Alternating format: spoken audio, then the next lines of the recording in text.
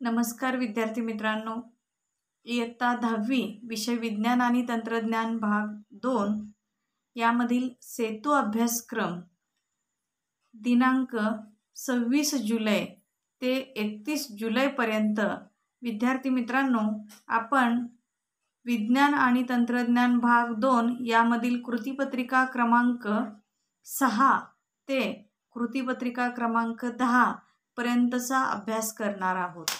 यावरून येत्या 31 जुलैला आपली दुसरी चाचणी म्हणजेच सेतू अभ्यासक्रमाची दुसरी चाचणी आपल्याला होणार आहे।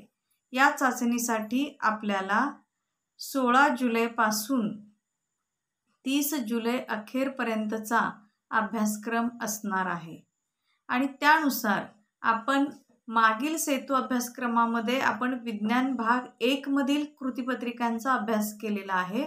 तो व्हिडिओ मी मागच्या रविवारी आपल्याला पाठविलेला आहे। यानंतर आपण आजच्या व्हिडिओमध्ये 30 जुलैपर्यंत आपल्याला कृतीपत्रिका विज्ञान भाग 2 मधील कृतीपत्रिका क्रमांक 6 ते कृतीपत्रिका क्रमांक 10 पर्यंतचा अभ्यास पूर्ण करावयाचा आहे आणि त्यानुसार आपण 31 जुलैला विज्ञान भाग 1 मधील आणि विज्ञान भाग 2 या दोन्हीतील प्रश्नपत्रिका चाचणी क्रमांक 2 आपल्याला सोडवावयाची आहे। तर विद्यार्थी मित्रांनो, कृतीपत्रिका क्रमांक 6 जी आहे ती कृतीपत्रिका ही इयत्ता 9वीच्या प्रकरण 15 मधील सजीवांमधील जीवन प्रक्रिया या प्रकरणावरती आधारित आहे। या प्रकरणामध्ये आपल्याला या कृतीपत्रिकेमध्ये वनस्पतीमधील समन्वय समजावून घेता येतो आणि अणुवर्ती हालचाली मागील कारणे शास्त्रीय दृष्टिकोनातून जाणण्याचा प्रयत्न करता येतो। आपण विद्यार्थी मित्रांनो, ह्या कृतीपत्रिकेमध्ये आपण काय काय शिकणार आहोत पहा। यामध्ये आपण समोर बघा, आकृत्यांमध्ये आपल्याला 3 ज्या आकृत्या दिसत आहेत त्या आकृत्यांमध्ये पहिली आकृती जर आपण पाहिली तर इथं ह्या हालचाली ज्या दिसत आहेत त्या हालचालींमध्ये आपल्याला काय दिसतं की पहिली आकृती जी दिसते इथं आपण अणुवर्ती हालचाल जी आहे तो कन्सेप्ट इथं बघणार आहोत। पहिली हालचाल आपण बघताय इथं बीजांडाच्या दिशेने परागनलिकेची झालेली वाढ। आपण मुलांनो बीजांड आता इथं जी आकृती समोर आहे ती एक अँजिओस्पर्मिक ओव्हिलची म्हणजे ॲक्च्युली आपण बघितलं तर ही काय आहे, हा स्त्री केसराचा भाग आहे। या स्त्री केसरामध्ये वरती काय असतात, कुक्षी असते आणि त्या कुक्षीवरून परागकण आत येतात। ही त्याची पोलन ट्यूब आहे आणि त्या पोलन ट्यूब म्हणजेच त्या परागनलिकेची हालचाल जी आहे त्यातून परागकण जे खाली येत असतात ते बीजांडाच्या दिशेने काय होत असतात, आकर्षित होत असतात आणि यासाठी म्हणजेच एक प्रकारे परागकणांची ही झालेली हालचाल आहे आणि ते बीजांडाच्या दिशेने वाढत असतात म्हणजे त्याची हालचाल होत असते आणि मग ते बीजांडाच्या आतमध्ये काय करतात, एंट्री करतात आणि याचा अर्थ असा आहे की इथं जी हालचाल झालेली आहे परागकणाची जी हालचाल आहे ती अणुवर्ती हालचाल आहे आणि ही अणुवर्ती हालचाल म्हणजेच ही बीजांडाच्या दिशेने होणारी परागनलिकेची वाढ आहे आणि ही वाढ ही एक प्रकारची अणुवर्ती हालचालच आहे। विद्यार्थी मित्रांनो, म्हणजे इथं सुद्धा बाह्य उद्दीपनास दिलेला हा प्रतिसादच आहे म्हणजे आपण वनस्पतीमधील समन्वय हा घटक आपण इथं पाहतोय आणि यामध्ये वनस्पतीमध्ये सुद्धा बाह्य उद्दीपनाला प्रतिसाद दिला जातो। आता आपण दुसरी आकृती पाहताय, इथं आपण जर पाहिलं तर ही प्रकाशानुवर्ती प्रतिसाद आहे म्हणजे प्रकाशाच्या दिशेनं ही वनस्पती वाढते म्हणजे जिकडं सूर्यप्रकाश आहे त्या दिशेने ह्या वनस्पतीची वाढ होत असताना दिसते। म्हणजे प्रकाश ज्या दिशेला असेल त्या दिशेने वनस्पतीची पानं काय होतात, प्रकाश घेण्याच्या दृष्टीनं वाढत असतात आणि त्यामुळं ही प्रकाशानुवर्ती हालचाल आहे, याला आपण प्रकाशानुवर्ती प्रतिसाद असं म्हणतो। आणि तिसरी आकृती जी आपण बघतोय ही आकृती जी आहे तर इथं आपल्याला दिसतंय की हा इथे एक वेल आहे, ही काय वाटाण्याची वेल आहे आणि ही वेल जी आहे तर वेल वाढीसाठी काय करते, नेहमी तर तणाव म्हणजे एक प्रकारचा ही वेल जी आहे त्या वेलीचा जो तणाव आहे तो कशाचा ना कशाचा आधार घेऊन वाढत असतो. म्हणजे आपण पाहतो प्रत्येक वेल जी असते ती स्वतः उभी राहू शकत नाही, पण कुठल्या तरी घटकाचा म्हणजे भिंतीचा किंवा काठीचा आधार घेऊन ती वर वाढत असते आणि म्हणून आधारांवरती हालचाल म्हणजे जिकडं आधार आहे त्या दिशेला हा तणाव काय करत असतो, वेटोळे घेत असतो आणि त्यानुसार याची हालचाल होत असते आणि म्हणून हा प्रकार जो आहे तो आधारांवरती हालचाल असा म्हणजे ही वनस्पतीमधली हालचाल आहे. यावरून मुलांनो वनस्पतीमध्ये आपण ज्या हालचाली म्हणतो त्या हालचालींचे 3 प्रकार इथे दिलेले आहेत. एक विशिष्ट रसायनांना दिलेला प्रतिसाद म्हणून भागांच्या झालेल्या हालचालीस आपण रसायन अनुवर्ती हालचाल असे म्हणतो. म्हणजे पहिल्या आकृतीमध्ये आपण आत्ताच पाहिलेलं आहे की परागकणांची वाढ जी आहे ती बीजांडाच्या दिशेने होते आणि इथं काही विशिष्ट रसायने स्त्रवली जातात आणि त्या रसायनांना प्रतिसाद म्हणून परागकण त्या बाजूला बीजांडाकडे ओढले जातात आणि त्यामुळे परागनलिकेची वाढ त्या दिशेने होत असते. याला रसायन अनुवर्ती हालचाल म्हणतो. दुसऱ्या आकृतीमध्ये आत्ताच आपण पाहिलंय की वनस्पती म्हणजे रोपट्यामधली जी वनस्पती आहे ती सूर्यप्रकाश जिकडं मिळेल त्या दिशेने त्याची वाढ होत असते. म्हणजे प्रकाशाला ती वनस्पती काय करते, प्रतिसाद देते. वनस्पती प्रकाशाच्या दिशेने वाढत असते म्हणजे वनस्पती प्रकाशाला काय करते, प्रतिसाद देते. म्हणून आपण याला प्रकाशानुवर्ती हालचाल असे म्हणतो.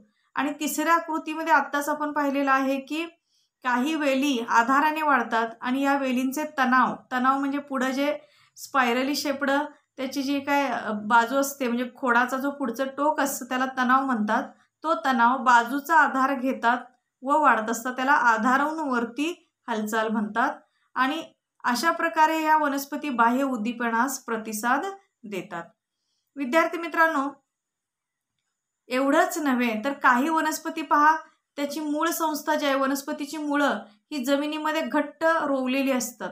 आता त्यामध्ये आपण बघितलं तर काही वनस्पतीची मुळं ही जमिनीमध्ये खोल म्हणजे भूगर्भामध्ये काय केलेली असतात, गेलेली असतात.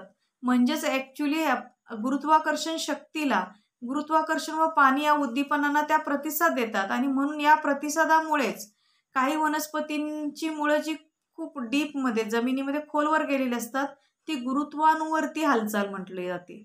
म्हणजे गुरुत्वीय बलाच्या दिशेने त्या वनस्पती काय होत असतात, मुळांच्या द्वारे वाढत असतात. त्याला गुरुत्वानुवर्ती हालचाल असं म्हणतात. कारण वनस्पतीची वाढ झालेली आहे आणि वनस्पतीची मुळं त्या दिशेने वाढत असतात म्हणजे गुरुत्वानुवर्ती हालचाल. ग्रॅव्हिट्रॉपिक मुवमेंट आपण असं म्हणतो. आणि वनस्पतीची मुळं पाण्याच्या दिशेने पण वाढतात. म्हणजे भूगर्भामध्ये जिथं पाण्याचे झरे आहेत त्या दिशेने वनस्पतीची मुळं पाणी जास्तीत जास्त शोषून घेण्यासाठी त्या दिशेने वाढत असतात. म्हणजे त्याला आपण जलानुवर्ती हालचाल असं देखील म्हणतो. आता यानंतर विद्यार्थी मित्रांनो आपण मागच्या ह्याच्यामध्ये पाहिलेलं आहे वनस्पतींना सुद्धा वाढीसाठी काही संप्रेरकांची आवश्यकता असते. तर त्यामधले संप्रेरक आहेत ऑक्झिन्स, जिब्रेलिन्स आणि अब्सिसिक आम्ल. आता आपण जर पाहिलं तर ही जी संप्रेरक आहेत ह्या संप्रेरकांमध्ये ऑक्झिन जे असतात ते प्ररोहाच्या अग्रभागात असतात. म्हणजे आपण जर बघितलं खोडाच्या टोकांमध्ये आणि मुळांच्या टोकामध्ये सुद्धा त्या टोकांच्या जे पेशी असतात तर त्याच्यामध्ये ऑक्झिन नावाचं संप्रेरक असतं. मुलांना लक्षात ठेवा ऑक्झिनचं मुख्य कार्य आहे हे संप्रेरक जे आहे ते पेशी विवर्धन करतं म्हणजे सेल इनलार्जमेंट करतं. त्यानंतर खोडाची जर वाढ घडवून आणायची असेल तर त्यासाठी जिब्रेलिन्स नावाचं संप्रेरक आवश्यक आहे.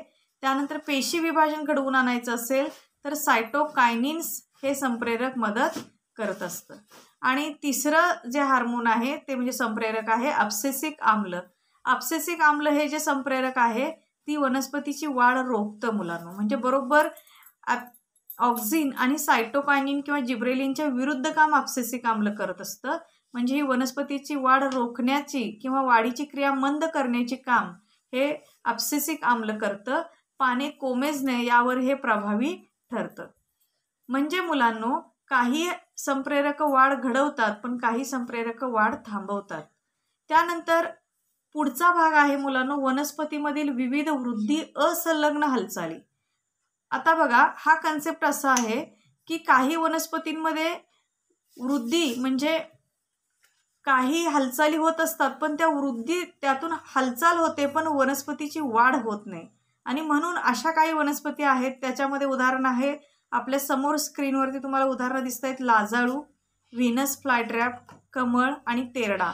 ह्या वनस्पती ज्या आहेत ह्या जर आपण बघितलं तर लाजाळूसारखी वनस्पतीला आपण जेव्हा स्पर्श करतो त्या ठिकाणा व्यतिरिक्त इतर ठिकाणी हालचाल होते. म्हणजे वनस्पतीच्या लाजाळूच्या पानांना तुम्ही बघितलं असाल, एका ठिकाणी टोकाला जरी स्पर्श केला तर ती वनस्पती लाजाळू काय करते, आपली सर्व पानं मिटत जाते. म्हणजे इथं विशिष्ट हालचालीचे पर्यवसन त्यांच्या वाढीत होत नाही. म्हणजे आता लाजाळूची पानं मिटत जातात पण त्यामुळे त्याची वाढ होत नाही. म्हणून अशा हालचालींना वृद्धी असंलग्न हालचाल म्हणते. म्हणजे त्या हालचाल होते पण त्यामुळे वृद्धी होत नाही आणि म्हणून ही वृद्धी असंलग्न हालचाल आहे. आता भोवतालच्या परिसरातील बदलांना प्रतिसाद म्हणून वनस्पतीतील संप्रेरके वनस्पतीमध्ये विविध प्रकारच्या हालचाली घडवून आणतात. यामध्ये आपण पुढचं उदाहरण आहे व्हीनस फ्लायट्रॅपचं. व्हीनस फ्लायट्रॅप ह्या वनस्पतीमध्ये देखील कीटकांना फसवण्यासाठी फुलांप्रमाणे दिसणारा आणि फुलांप्रमाणे सुवासिक असणारा एक सापळा असतो.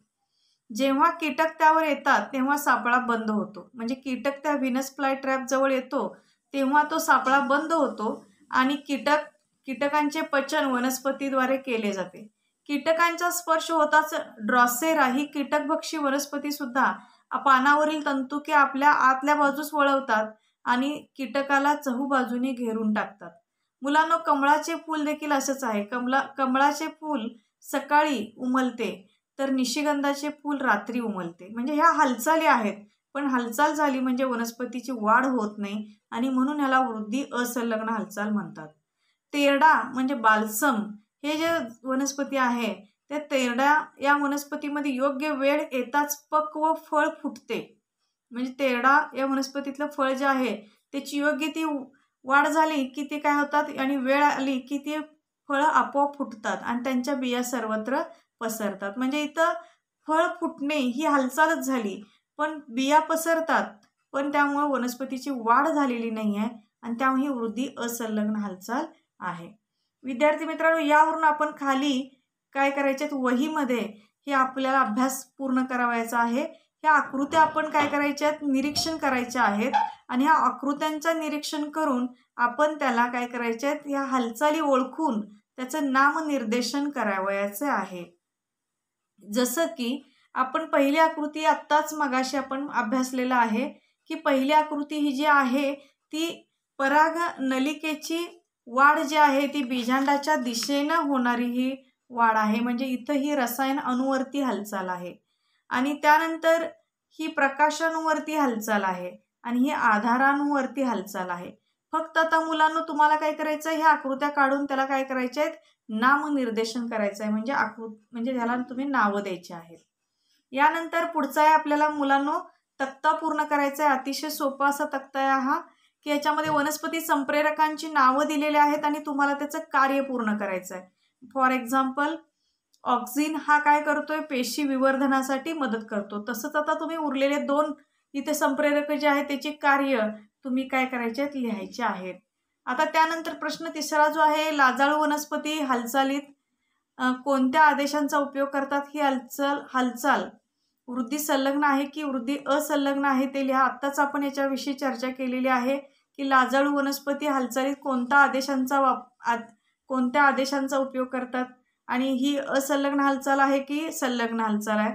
तर आपण अधिक अभ्यासासाठी इथं काय करायचे आहेत, या लिंकचा आपण वापर करावयाचा आहे.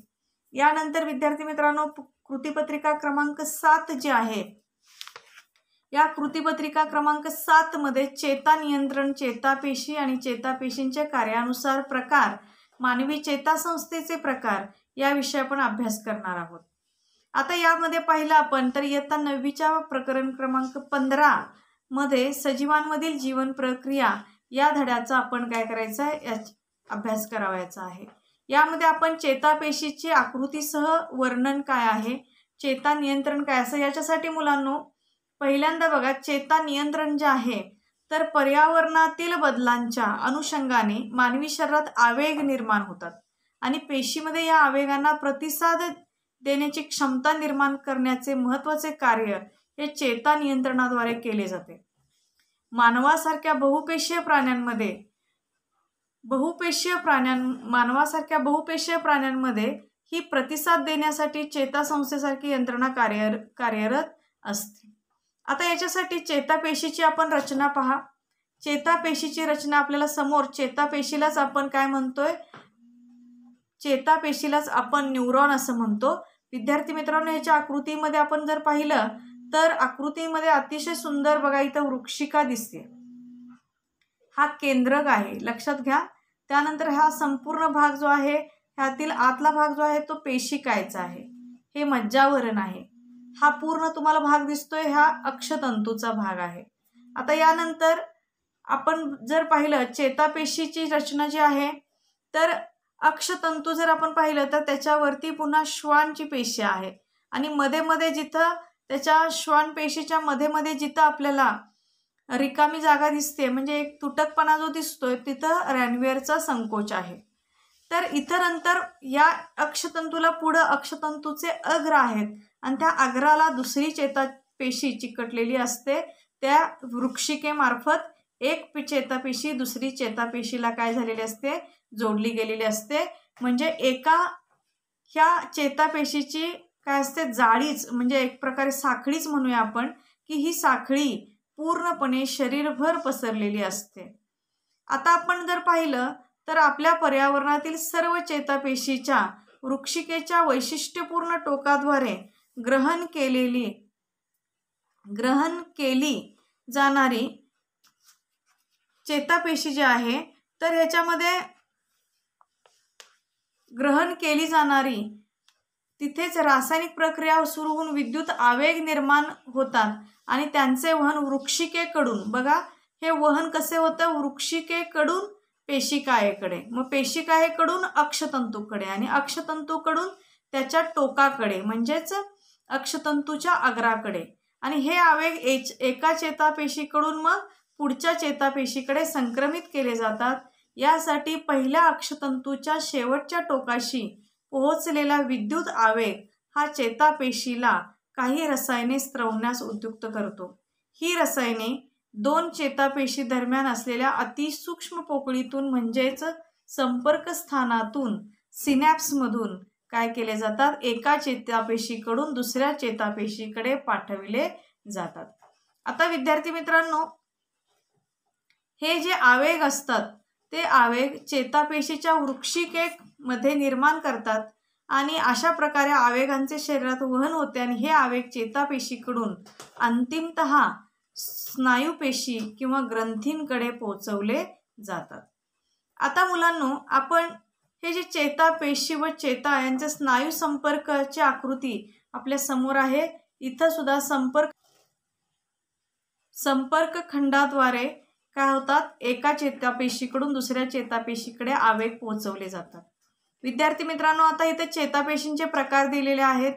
तर त्याच्या कार्यानुसार त्याचे 3 प्रकार पडतात: संवेदी चेता, प्रेरक चेता आणि सहयोगी चेता. त्यानंतर मानवी चेतासंस्थेचे एकूण 3 प्रकार आहेत: मध्यवर्ती चेतासंस्था, परिघीय चेतासंस्था आणि स्वायत्त चेतासंस्था. याच्यानुसार आपण ह्या प्रश्नांची उत्तर आपल्या वहीमध्ये लिहावयाचे आहेत. याच्यामध्ये मानवी चेतासंस्थेचे इथं 3 प्रकार विचारलेले आहेत. चेतासंस्थेचे 3 प्रकार म्हणजे आत्ताच आपण चर्चा केली तसे मध्यवर्ती, परिघीय आणि स्वायत्त. त्यानंतर पुढचा भाग आहे, आपण इथे नामनिर्देशित आकृती काढायची आहेत आणि या आकृतीला नावं द्यावयाची आहेत. त्यानंतर आपल्याला ह्या प्रश्नांची उत्तरं लिहावयाची आहेत. अधिक अभ्यासासाठी आपल्याला खाली लिंक दिलेला आहे, त्याचा वापर करावयाचा आहे.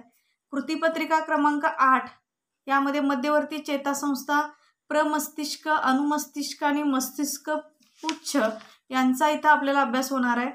विद्यार्थी मित्रांनो, आपल्या 9वीच्या विज्ञान भाग 2 मध्ये प्रकरण 15 मध्ये सजीवांमधील जीवन प्रक्रिया आपल्या इयत्ता 9वीच्या पुस्तकात पान नंबर 173 वरती ही सर्व माहिती आपल्याला आहे.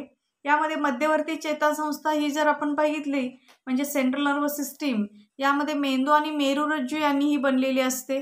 मेंदू हा चेतासंस्थेचा प्रमुख नियंत्रण करणारा भाग आहे। मेरुरज्जूला कशेरू स्तंभाचे संरक्षण मिळते। मेरुरज्जू म्हणजेच आपला स्पायनल कॉर्ड याला आपल्या पाठीच्या कण्याचं संरक्षण मिळत असतं आणि मेंदूच्या विविध भागातील पोकळ्यांना आपण मस्तिष्क निलये म्हणतो। तर ह्या मेरुरज्जूतील लांब पोकळी जी असते त्याला मध्य नाल असे म्हणतात। मेंदूची रचना पहा। आता याच्यामध्ये जर आपण पाहिलं तर हा भाग जो आहे मेंदूचा पुढचा भाग जो आहे याला प्रमस्तिष्क म्हणायचं। हा जो भाग आहे हा अनुमस्तिष्क आणि हा खाली शेपटीसारखा जो भाग येतोय हा मस्तिष्क पुच्छ आणि याच्याच मागील बाजूस मेरुरज्जू असतो। आता ह्याच मेंदूची रचना जी आहे यामध्ये आपल्याला इथं ज्या वळ्या वळ्या पडल्यासारखे दिसत आहेत हे प्रमस्तिष्कच्या घड्या आहेत। त्यानंतर हा अनुमस्तिष्क आहे, हा अनुमस्तिष्क सेतू आहे आणि हा मेरुरज्जू आहे। आता ह्या सगळ्या आकृत्यांची जी रचना आहेत ह्या आकृत्या आपण वहीमध्ये काढून घ्यावायच्या आहेत। मानवी मेंदूचे भाग जे आहेत, मेंदूच्या डाव्या बाजूची कार्य भाग आणि त्याची कार्य आणि मेंदूच्या उजव्या बाजूची कार्य। तर डाव्या बाजूला विश्लेषणात्मक विचार होतात, तार्किक विचार होतात, भाषा आणि शास्त्र व गणित या सगळ्या गोष्टींचा अभ्यास आपली मेंदूचा डावी बाजू करत असते। आणि मेंदूची उजवी बाजू जी आहे ती सर्वांगीण विचार, प्रतिभात्मक विचार, नवनिर्मिती, कला व संगीत हा सर्व गोष्टी उजवी बाजू काय करत असते त्याच्यावरती नियंत्रण करत असते। यानंतर आपण मेंदूच्या विविध भागांची कार्य प्रमस्तिष्क काय करतो पहा। त्याचं कार्य आहे ऐच्छिक हालचालींचं नियंत्रण करणे, मनाची एकाग्रता ठेवणं, नियोजन करणं, निर्णय क्षमता, स्मरणशक्ती, बुद्धिमत्ता आणि बुद्धिविषयक क्रिया हा प्रमस्तिष्क करतो। म्हणजे सेरिब्रम हा मेंदूचा सगळ्यात महत्त्वाचा भाग आहे। त्यानंतर आपल्या मेंदूचा अनुमस्तिष्क जो भाग आहे सेरेबेलम हा भाग जो आहे तो ऐच्छिक हालचालींमध्ये सुसूत्रता आणतो, शरीराचा तोल सांभाळतो। आणि मेंदूचा मस्तिष्क पुच्छ जो भाग आहे तो हृदयाचे ठोके, रक्तप्रवाह, श्वासोच्छवास, शिंकणे, खोकणे, लाळ निर्मिती इत्यादी अनैच्छिक क्रियांचे नियंत्रण करत असतो। त्यानंतर मेरुरज्जू जो आहे स्पायनल कॉर्ड आपण म्हणतो, हा त्वचेपासून मेंदूकडे आवेगाचे वहन करणे, मेंदूपासून स्नायू व ग्रंथींकडे आवेगाचे वहन आणि प्रतिक्षिप्त क्रियांचे समन्वयक केंद्र म्हणून हा कार्य करतो। विद्यार्थी मित्रांनो, यानुसारच आपण खालील ह्या भागांना इथं काय करायचे आहेत, नावं द्यायचे आहेत। आपण प्रश्न बघा, आकृतीत दर्शविलेले भाग ओळखून कार्य लिहा। हा भाग आकृतीमध्ये पाहून आताच आपण डिस्कस केलेला आहे त्यानुसार याला नावं द्यायचे आहेत आणि त्याचं प्रत्येकाचं कार्य लिहायचं आहे। आता यावरून सुद्धा आपण हा ओघ तक्ता इथं पूर्ण करू शकताय। आता यानंतर या पुढचा प्रश्न जो आहे की पुढील क्रिया करताना मेंदूचा जो भाग कार्यरत असेल तेथे टिक करा। आत्ताच आपण मेंदूच्या डावी बाजू आणि उजवी बाजू कोणकोणती कार्य करतात ते पाहिलेलं आहे, त्यानुसार आपल्याला हा तक्ता सोडवता येईल। आता यानंतर प्रयोगशाळेत उपलब्ध असणाऱ्या मेंदूच्या प्रतिकृतीचे निरीक्षण करा, मेंदूचे भाग व त्याची कार्य अभ्यासा आणि विज्ञान अध्यापकांच्या मदतीने जादा माहिती मिळवा व प्रात्यक्षिक नोंदवहीत नोंदी करा। विद्यार्थी मित्रांनो, सध्या आपण आकृती मेंदूच्या प्रतिकृतीचं निरीक्षण आपण पुस्तकातल्या प्रतिकृतीवरूनच हे निरीक्षण करून आपण हे भाग आणि त्यांची कार्य अभ्यासावयाची आहेत आणि त्यानंतर आपण शाळा चालू झाल्यानंतर ह्याच्यामध्ये प्रात्यक्षिक नोंदवही त्याच्या नोंदी करावयाच्या आहेत। यानंतर अधिक अभ्यासासाठी आपण इथं खाली लिंक दिलेली आहे, त्याचा उपयोग करावयाचा आहे। आता यानंतर कृतीपत्रिका क्रमांक 9 जी आहे त्यामध्ये परिघीय चेतासंस्था, स्वायत्त चेतासंस्था आणि प्रतिक्षिप्त क्रिया, रासायनिक नियंत्रण, त्यानंतर अंतःस्रावी ग्रंथी इत्यादी गोष्टींचा आपल्याला ह्याच्यामध्ये समावेश केलेला आहे। या कृतीपत्रिके 9 मध्ये परिघीय चेतासंस्था म्हणजे मुलांनो आपल्या शरीरामध्ये मेंदूचा भाग सोडून शरीरामध्ये इतर सगळ्या अवयवांचं नियंत्रण करणारे म्हणजे परिघीय चेतासंस्था। आणि स्वायत्त चेतासंस्था म्हणजे ज्यामध्ये हृदय, फुफ्फुस, जठर या अनैच्छिक अवयवातील चेतांनी स्वायत्त चेतासंस्था तयार झालेली असते। त्यानंतर प्रतिक्षिप्त क्रिया ज्या असतात त्यामध्ये रिफ्लेक्स ॲक्शन म्हणजे कोणत्याही गोष्टीला आपण पटकन प्रतिसाद देतो। सजीवांची ही सगळ्यात महत्त्वाची काय आहे, हे कौशल्य आहे किंवा सवय आहे की सजीव हे प्रतिसाद देतात, म्हणजे प्रतिक्षिप्त क्रिया ज्या आहेत आपण याला रिफ्लेक्स ॲक्शन्स म्हणतो। तर पर्यावरणातील एखाद्या घटनेला अनैच्छिकरित्या क्षणार्धात दिलेला प्रतिसाद म्हणजेच प्रतिक्षिप्त क्रिया. या प्रतिक्षिप्त क्रिया ज्या असतात त्या पर्यावरणातील उद्दीपनांना दिलेला हा प्रतिसाद असतो. अशा परिस्थितीत मेंदूशिवाय नियंत्रण व समन्वय योग्य पद्धतीने राखला जातो. यानंतर आपण पहा, रासायनिक नियंत्रणासाठी आपल्या शरीरामध्ये स्त्री आणि पुरुष या दोन्ही मानवी शरीरामध्ये काय असतात, बऱ्याच अंतःस्रावी ग्रंथी असतात आणि त्या अंतःस्रावी ग्रंथीद्वारे बरीच संप्रेरक स्रवत असतात. या अंतःस्रावी ग्रंथी चेतासंस्थेच्या बरोबरीने नियंत्रण व समन्वयाची जबाबदारी पार पाडत असतात. शरीरातील विविध क्रियांचे नियंत्रण व एकात्मीकरण करण्याचे कार्य ह्या दोन्ही संस्था एकमेकींच्या मदतीने करत असतात.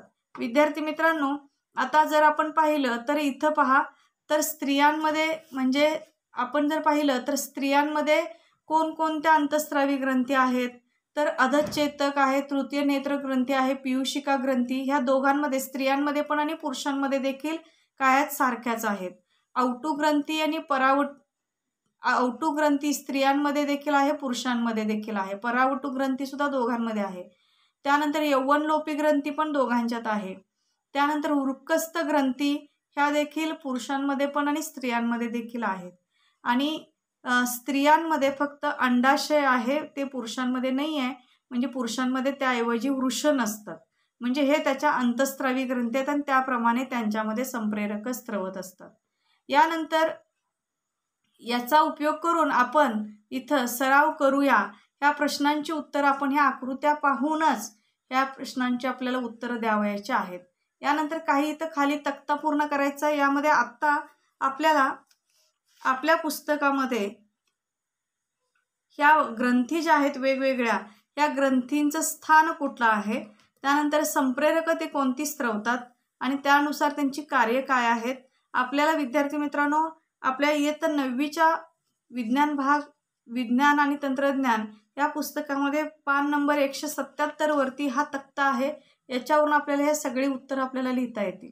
यानंतर हा तक्ता जो आहे आपल्याला प्रश्न क्रमांक 3चा, यामध्ये संप्रेरक आणि त्याची कार्य लिहायची आहेत. म्हणजे इस्ट्रोजन कोणतं कार्य करतो, प्रोजेस्टेरॉन, टेस्टोस्टेरॉन आणि थायमोसिन. आता यानंतर अधिक अभ्यासासाठी खाली लिंक्स दिलेल्या आहेत, याचा उपयोग करून आपण ही कृतीपत्रिका सोडवू शकताय. त्यानंतर कृतीपत्रिका क्रमांक 10 जी आहे ही परिसंस्थेतील ऊर्जा प्रवाह हा इयत्ता 9वीच्या प्रकरण क्रमांक 7 यावरती आपल्याला ही कृतीपत्रिका सोडवायची आहे. अतिशय सोपी अशी ही कृतीपत्रिका. याच्यामध्ये अन्न साखळी आणि अन्न जाळे यातील आंतरसंबंध, ऊर्जेचा मनोरा, जैवभू रासायनिक चक्र, कार्बन चक्र, ऑक्सिजन व नायट्रोजन चक्रातील प्रमुख प्रक्रिया याविषयी अधिक माहिती आपल्याला ह्यातनं घ्यायची आहे. विद्यार्थी मित्रांनो, अतिशय सुंदर आपल्या समोर एक अन्न साखळी इथं दाखवलेली आहे. अन्न साखळीमध्ये आपण पहा, प्रत्येक प्राणी, मग त्यामध्ये अगदी उत्पादकापासून उत्पादक, भक्षक, मृतोपजीवी यांच्यातील क्रमवार अंतरक्रिया ज्या आहेत म्हणजेच अन्न साखळी होय. प्रत्येक साखळीत अशा 4 व 5 अधिक कड्या असू शकतात. आता याच्यापासूनच अन्न जाळे तयार होतं. म्हणजे एखाद्या परिसंस्थेमध्ये अन्न साखळ्या परस्परांशी जोडल्या गेलेल्या असतात, कारण एखादा सजीव इतर अनेक सजीवांचे भक्ष असतो. त्यामुळे अशा होणाऱ्या गुंतागुंतीच्या जोडणीमधून अन्न जाळे निर्माण होते. आता यानंतर आपण पाहिलं तर इथं ऊर्जेचा मनोरा दिसतोय. पोषण पातळी जर आपण पाहिली तर अन्न साखळीतील प्रत्येक साखळी म्हणजे पोषण पातळी होय.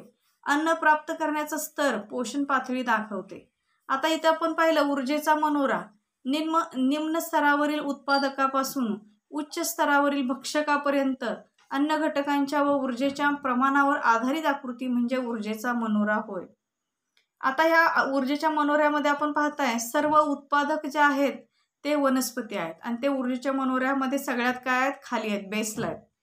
याच्यावर आधारित उत्पादकांवर आधारित असतात शाकाहारी प्राणी, म्हणजे प्रथम पोषण पातळी ही शाकाहारी प्राण्यांची आहे. यांच्यावर आधारित द्वितीय पोषण पातळी असते म्हणजेच मांसाहारी प्राणी,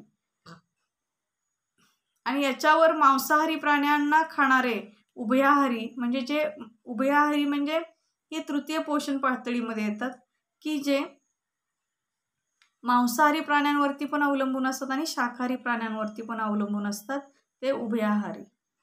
यानंतर जैवभू रासायनिक चक्र यामध्ये जर आपण पाहिलं तर परिसंस्थेत होत असणाऱ्या पोषण द्रव्यांच्या चक्रीय स्वरूपातील प्रवाहाला जैव भू रासायनिक चक्र असे म्हणतात. पोषक द्रव्यांचा हा चक्रीय प्रवाह सर्व सजीवांना वाढीसाठी पोषक द्रव्य पुरवतो. आता यानुसार आपण पुढील भाग जो आहे यामध्ये इथं पण जर पाहिलं तर हा कार्बन चक्र आहे. कार्बनचं जे विघटन होत असतं, कार्बनचे वातावरणातून सजीवांकडे व सजीवांच्या मृत्यूनंतर पुन्हा वातावरणाकडे होणारे अभिसरण व पुनर्चक्रीकरण म्हणजे कार्बन चक्र. या अजैविक कार्बनच्या अणूचे प्रकाश संश्लेषण व श्वसन प्रक्रियेद्वारे जैविक अभिसरण व पुनर्चक्रीकरण होते. यासाठी ही अतिशय महत्त्वाची कार्बन चक्रातील प्रमुख प्रक्रिया जी आहे याच्यासाठी इतर रासायनिक अभिक्रिया दिलेल्या आहे, त्याचा अभ्यास करावायचा आहे. यानंतर ऑक्सिजन चक्र जे आहे, पृथ्वीवरील वातावरणात सुमारे 21% ऑक्सिजन असतं. जीवावरणातील ऑक्सिजनचे अभिसरण व त्याचा पुनर्वापर म्हणजे ऑक्सिजन चक्र होय. या चक्रात देखील जैविक व अजैविक असे दोन्ही घटक समाविष्ट असतात. यानंतर नायट्रोजन चक्र जो आहे तो वातावरणात जवळजवळ 78% इतका सगळ्यात जास्त नायट्रोजन वायू आहे. या प्रमाणात 78% इतक्या प्रमाणात नायट्रोजन वायू आहे आणि याचा उपयोग निसर्गात जैविक व अजैविक प्रक्रियेतून नायट्रोजन वायूचे वेगवेगळ्या संयुगात घडून येणारे अभिसरण व पुनर्चक्रीकरण म्हणजे नायट्रोजन चक्र होय.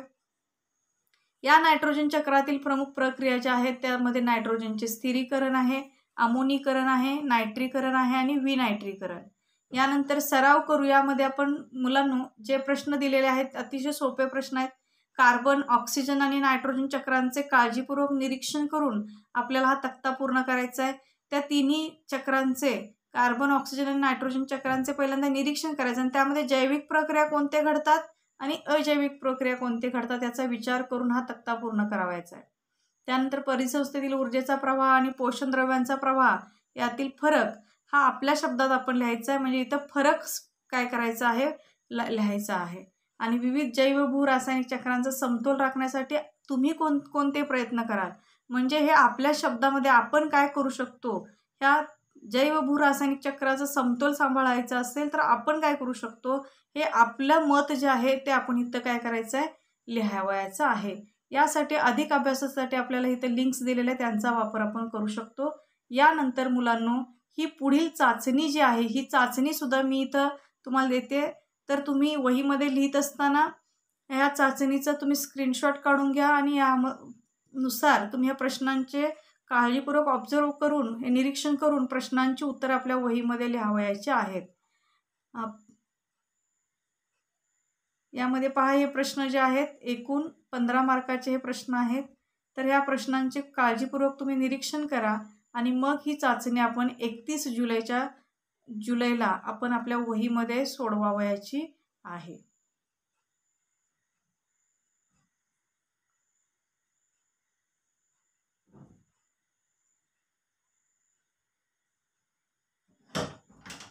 यानंतर आज आपण इथे थांबणार आहोत.